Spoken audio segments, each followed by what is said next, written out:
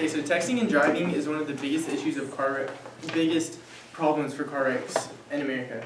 1 out of every 4 car wrecks is caused from texting and driving. An AAU Foundation poll in 2014 did a poll over teenage students, and 90% knew that texting and driving is bad, but 35% still admitted to doing so. That led to, on average, an average day, 11 teens die per day from texting and driving. I'm going to go over why texting and driving is bad, what we can do to help solve the problem, and how it will change everything. First, I'm going to go over the amount of damage that texting and driving does. In August of 2013, the National Highway Traffic Safety Administration did a survey that reported that on any given time during daylight, there's 660,000 people on their phones while driving. Melinda Helbach, she did a why is texting and driving bad, and she found that there's 3 main reasons that texting and driving causes wrecks.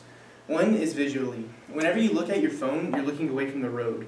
And on average, somebody looks at their phone for 5 seconds. And so if you're going 55 miles per hour and you look down for 5 seconds, you just drove the length of a football field, and a lot can happen in that short period of time. Then manually, whenever you look at your phone and grab your phone, you're taking one hand off the steering wheel. And driving with one hand alone is dangerous, and just having your phone in the other hand makes it that much more dangerous. The next is cognitive. Whenever you're looking at your phone and thinking about what you're texting, your mind's off the road. And that can lead to you swerving into another lane, or not stopping in time, not seeing somebody stop in front of you. And there's a bunch of different things that can go wrong right there. Now that we've gone over what texting and driving does and why it's bad, I'm going to go over ways that we can help solve the solution. So Melinda Helbach, in the same study that she did in August of 2017, she found that cars and phones are trying to find new ways for people to avoid texting and driving. One is voice recognition. For example, like Siri and Genie on the Android, they can read your text message to you, and then you can talk to them and tell you what them to say back. I mean, it's still sort of a distraction from the road, but it's not nearly as bad as looking at your phone and typing out every word.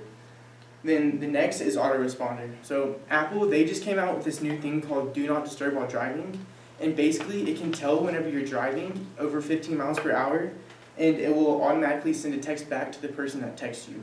It can say something like, you can customize it, and it's like, I'm driving right now, I'll respond whenever I'm done, or whenever I get to my destination, anything like that.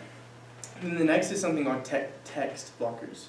It's something that your parents can set up on your phone, and if you're in any vehicle, even if you're not driving, which can kind of get annoying, but if you're going over 10 miles per hour, then you just don't get any text messages. It just goes directly to the text, but it doesn't send you a notification. It's only whenever you open up your phone, whenever you can see it. So being that texting and driving causes about 1.6 million car wrecks per year, and over 330,000 injuries and deaths combined, if we can just knock down on texting and driving, then that can save so many people's lives and so many cars and so much money. The amount of deaths caused from texting and driving is kind of jaw-dropping. If you can put your phone up or use the Do Not Disturb button, or if it's a need in an emergency, use Siri or Genie, then that can once again save so many things and save thousands of lives.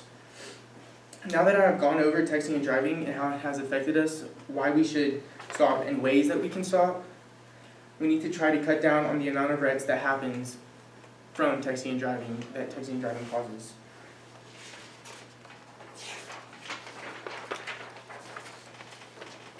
So in order to do that, you just turn off your phone, use the Do Not Disturb once again, put your phone up, any of the above, use the Do Not Disturb, anything.